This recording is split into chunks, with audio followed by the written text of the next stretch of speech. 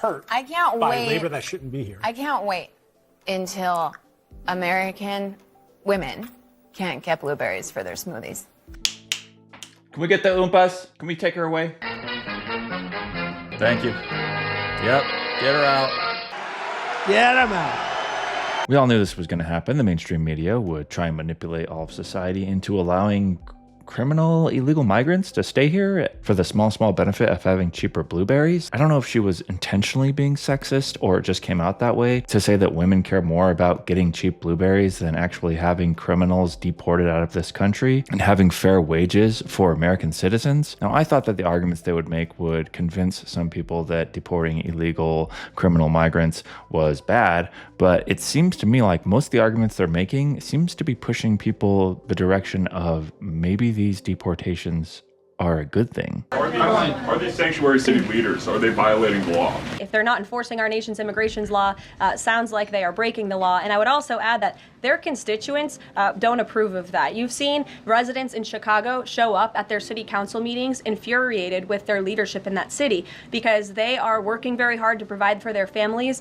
They want public safety and law and order, and their officials have abandoned those very basic American principles in these cities. And the American people want law and order. It's, again, an overwhelmingly popular policy to deport illegal criminals from our nation's interior. It's very interesting that Democrat officials in these cities who have been completely overrun and overwhelmed by illegal immigrant criminals would refuse support and help to cure this problem that has especially taken over their cities. I guess they don't want to admit they've been wrong with their sanctuary city policies. I'm not sure. You'll have to ask them about their intentions, but they would be very wise to comply with this administration because this administration is hell-bent on enforcing our nation's immigration laws, and this administration will continue to arrest and detain and deport illegal migrant criminals. And what we won't do is defy our nation's immigration laws like the previous administration, who had these orders of removal on illegal immigrants across the country and were refusing to execute on them. We will continue to remove illegal criminals from our nation's interior. He's with somebody else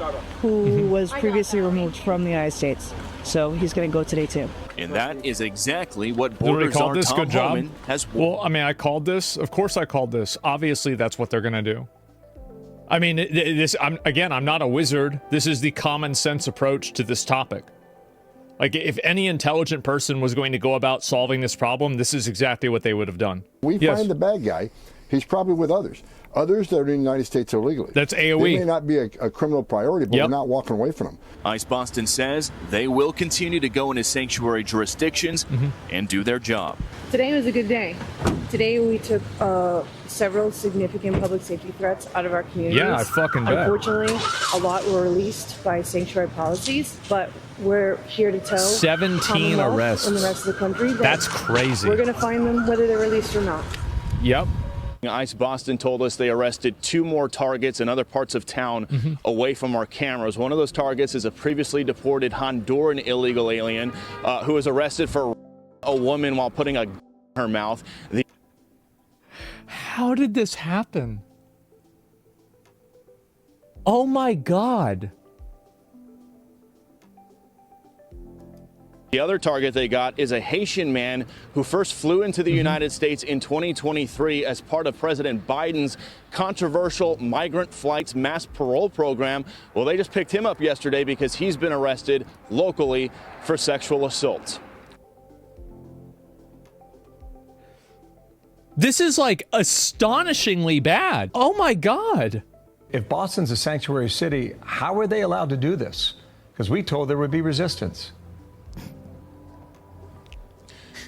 What do they think that there's going to be resistance? Like the Boston police are going to try to stand up to the federal government?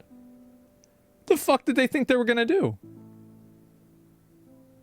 What? How is this even a question? Boston doesn't have to cooperate with ICE, but there's nothing they can do to stop ICE from coming into their city and enforcing the law. And that's exactly what happened yesterday. And that's the point ICE makes to us is, look, they don't have to cooperate with our detainer requests. They don't have to tell our officers when they're releasing somebody from jail. But we're going to do our job. We have our intel guys out in the field. We have people with eyes all over the place, and we're going to snatch those guys. So they can make ICE's job more difficult, longer, and more dangerous, but it's not going to stop ICE from doing the job, guys. The the bottom line is ICE says it's safer for everybody involved if locals would just hand these guys over in jail once they're arrested, but they don't. They let them out onto the streets. They don't tell ICE about it, so ICE has to spend a lot of resources gathering intel, finding these guys, and then going out into the community to do arrests, which could be dangerous. You saw that combative Haitian man, and then you saw in the case of that one MS-13 member, his friend got snagged. They weren't even looking for him. They were looking for the MS-13 guy. They picked him up because a sanctuary jurisdiction released the MS-13 guy. ICE found him and then found the guy who was in the apartment with. They found out he was an illegal alien as well. So now he's going to be deported too. There's no way the officers on the ground are not wanting to help with ICE. This is all about the administrator class and the politicians wanting to make some political statement. But here's the important thing. 91,000 likes to 810 dislikes. 2.6 million views. What's more incredible is the lack of cooperation from the Democrats. Well, I mean, I feel like it's just going to make them look really bad. I mean, if you're not cooperating in removing people that have been arrested 17 times and somebody who's been arrested for raping somebody, then, you know, I can't really see how anybody would vote for you after that. I don't really see that happening. I don't see there being any sort of like really recovering from this. So with like the illegal immigration issue, and I think this is what's happened with a lot of these issues, is that the majority of argumentation that they've had, like left-wing argumentation, I think has been emotionally based, right? Where it's like, oh, well, look at this sad kid, look at this crying mother, and like this is the reason why we shouldn't enforce the laws, basically, right? This is the policy that they're having. And now that like effectively that empathy has been completely demolished.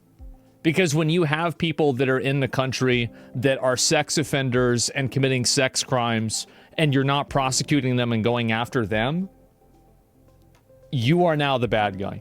Democrats, since Trump came around, have only one message: Trump bad. If Trump is doing it, it's bad. Every Democrat agreed with what Trump was doing, and I believe that they've clutched their pearls so tight that they've cut off the oxygen supply to their head, and they can no longer remember what they once said, but very likely still believe. So I think we got to have tough conditions.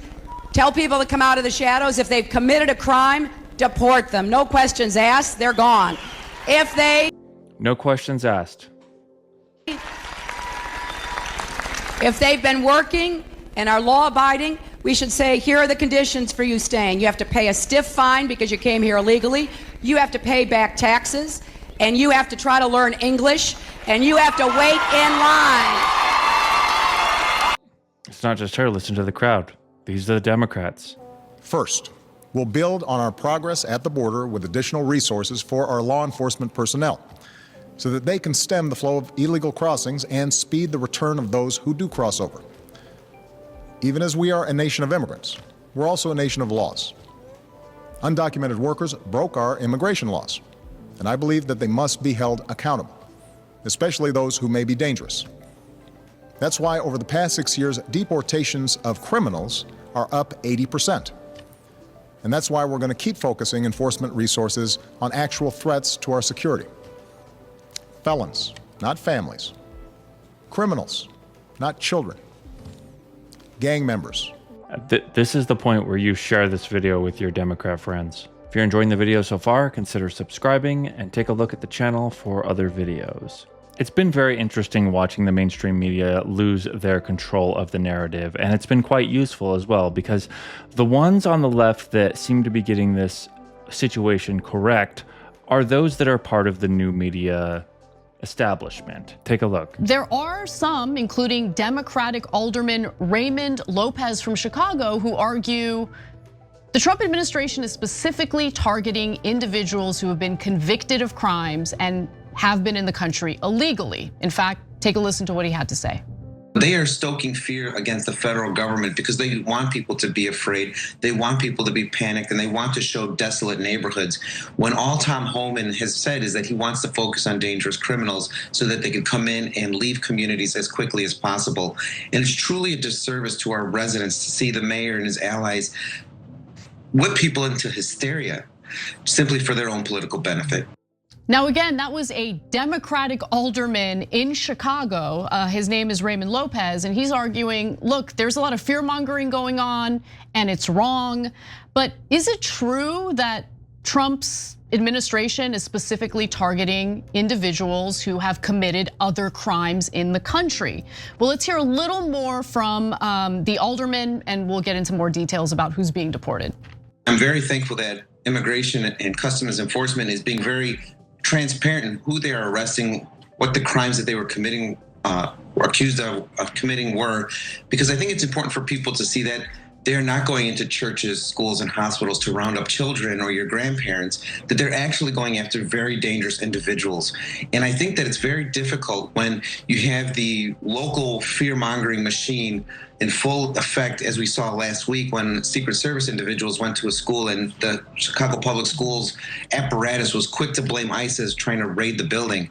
You need to be transparent and you need to be clear about what's going on.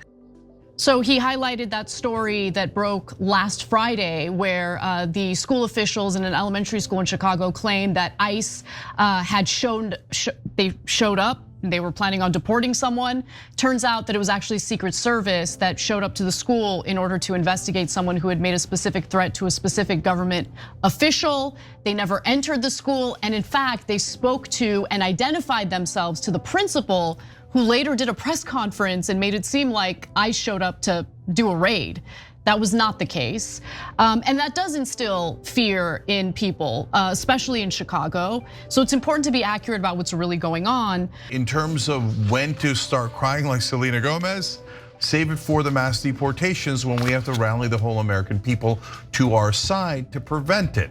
But when you do it, when they're picking up convicted felons, you're gonna lose the American people. So don't do that. As Anna's about to tell you, we're already losing them. I don't wanna lose them anymore. No, we lost them. I wanna be very clear that when I was talking about Venezuelan gang members, that was specifically meant to make a point about how the Democratic Party, which was in charge at the time, needed to do something about that. Otherwise, Americans are gonna be ready to throw the baby out with the bathwater. And that's exactly what's happening here. So in 2016, public opinion polls showed that only 36% of Americans favored mass deportation. Fast forward to today, let's look at the numbers. Well, New York Times came out with a poll, 56% of Americans in favor of mass deportations. Oh, well, that must be an outlier, right? Outlier poll, how could the number increase so much? Marquette, 64% of Americans in their poll indicated that they favor mass deportation. CBS News, 57%, ABC News, 56%. We have lost them already because when you're unwilling to make a distinction between people who are here illegally, who are committing crimes, who are running amok, with those who might be in the country illegally, but they've been here for a while, they're productive members of society and they're not hurting anyone, well, all of a sudden, you're gonna have the majority of Americans think, well, Democrats aren't serious about keeping us safe, and now we don't trust them to deal with immigration. There were Venezuelan gangs. They were among the first rounded up in Denver. Now everybody admits that there were gangs, and they did take over apartment buildings. They never took over a city, and nobody other than some, I guess Trump might have said they took over the city, but that was outrageous and ridiculous. No one serious said that. So, but when you chose to fight on those grounds, you did great damage to our cause. But what is your cause? That's the real question. What is your cause? And so if we were recent, by the way, and then everybody always changes the goalposts. So now I see people saying, oh, no one thought. No one denied that there were Venezuelan gang members. No one denied that they were there. No one denied that they took over apartments, at least. That's exactly what they said. That's exactly what they said. And no one denied that they should be deported. That's not true. People are denying it right now, right? Let alone earlier. It's insane. So, guys, we've got to win them back. Now you compare that to the fear-mongering panic mode over at CNN. We don't know anything about this man that was arrested yesterday here in the Chicago area, but we have asked ICE. Now let's step back to talk about what this has created in the Chicago area within the migrant and immigrant community. I can tell you that there is extreme panic. From talking to organization leaders and contacts and sources here, they tell me that there is a sense of panic. And one of the examples that they used is an anecdote of a family from Venezuela, a migrant family who arrived here about 2 years ago. They have 2 young girls, elementary school aged, and they say that they have not left their homes since Trump took office, since he was inaugurated last week. So this is 2 elementary age girls who have not gone to school. Their parents have not gone to work. So now they're breaking truancy laws. They are cooped up in their apartment. This organization learned about them, and so they have been dropping off groceries.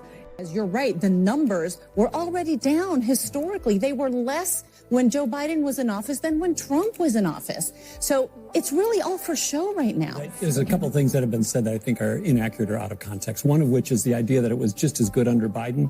That is patently false. Biden belatedly, at the end of his presidency, did some things through executive actions that the last 6 months made the numbers look better. I didn't say it was just as good. I didn't say it was just as good under Biden. And the numbers were lower under Biden when Biden left than when Trump was in office. And that is a fact. No, over 4 year to 4 year. 4 year to 4 year. When Biden left. 4 year to 4 year. Who had a better record? When The New York Biden Times. left. Let me let hold on, Maria, hold on. I want the governor. The New York Times, which is no conservative publication, did investigative reporting not long ago that looked at the Biden administration and concluded that the number of illegal immigrants that President Biden led into this country was the largest number of illegal immigrants in the history of the country, bar none. New York Times.